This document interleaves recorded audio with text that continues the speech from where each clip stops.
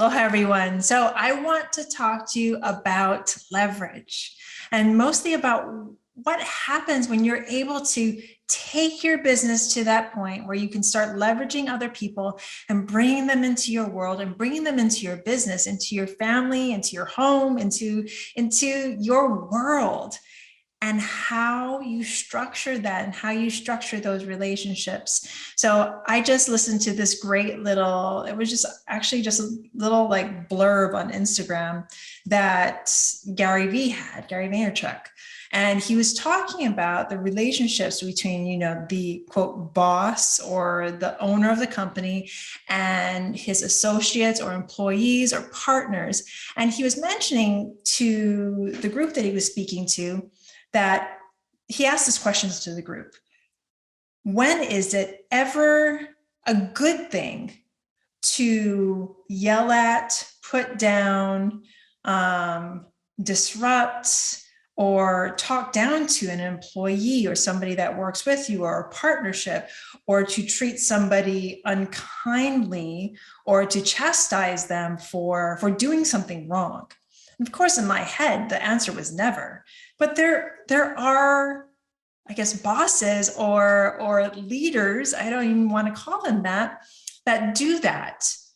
I mean, do you do that as like incentive for the rest of the group? I don't think it's incentive. Do you do that to like bolster the group? I don't think that's bolstering the group. It's taking down the group, and it's using fear.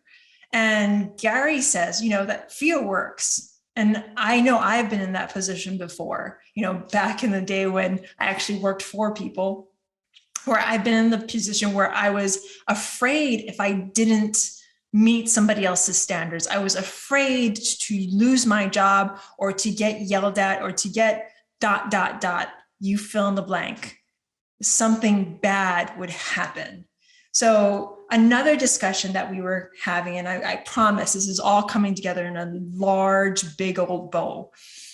This weekend, I had the opportunity to sit in on a conference, a very intimate gathering of some of my associates with Brian Moran, the creator and author of the 12-week year. And it was a great, great day. It was an amazing day. And at the end, he started to talk about the term holding someone accountable.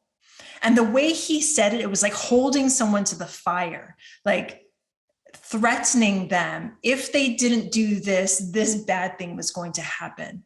And doing it from an outside perspective, as in like myself as a coach to my students, holding them accountable, holding them to the fire, making sure that they knew if they didn't do this one thing, the world was going to explode or this negative thing was going to happen. And that was coming from me, not from their thoughts, from me. Flip side to that. You can hold someone accountable, but you can hold someone. The other way to describe the word hold, I mean, it's like a hug. It's like support. So a leader's job, coming back to what I was talking to you about, Gary Vaynerchuk, a leader's job is to hold the people that they work with. And I believe I work with people. I don't work for anyone anymore. And I definitely don't have like employees or people that work for me. So I work. No one's going to work for me. But the people I work with, I believe that I should hold them accountable, as in I should support them as they find the responsibility within themselves to act, to react, to take on those other responsibilities that either I've given them or they put on themselves, and take them to fruition, to see that bigger vision with them, and to set those goals and to get those action steps done to get to those goals. So what I was saying from the question that Gary had posed to the group is that he asked again, when was it ever okay for a boss to demoralize an employee in front of a group, and not even in front of a group? The answer for me is never. Never, ever. It is never okay to do that. It is never okay to shame someone in front of the group. Because the tactic of fear, yeah, it works. But as Gary Vee explains, and I completely agree with this, kindness, love, support, that works better. If that employee or if that person that works with you is not doing their job correctly, then chances are they're in the wrong job. If it's consistent that they're not improving or they're not providing or they're not living up to the job requirements, then chances are that either you need to teach them better or they need to go into a different role on your bus or in your team, or they need to be let go.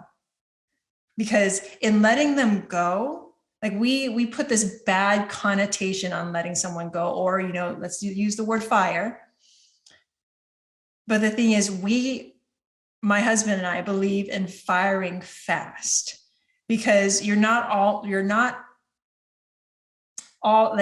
letting yourself know quickly if that person is right for the job, for that place in your company, in your family. And you're also allowing that person to know that, hey, it's okay.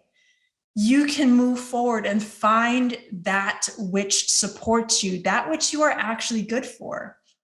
Keeping someone and using them as sort of a whipping boy or someone that you can berate because they're not doing the job that maybe they're not qualified for doesn't help anyone.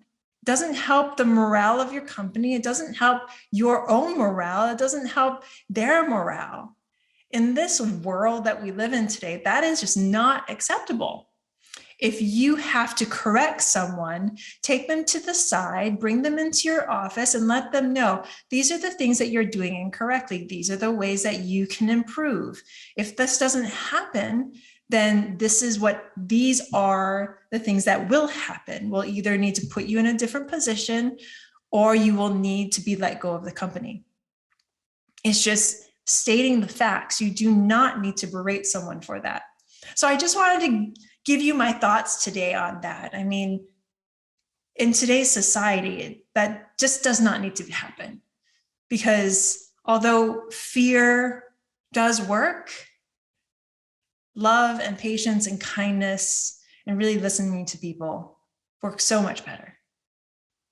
I hope this helped you today. Have an amazing day. And if you loved what you heard, please rate, review, and subscribe. And by the way, I did mention the names Gary Vaynerchuk and Brian Moran, so look them up if you don't know them and tell them that Pili sent you. Aloha.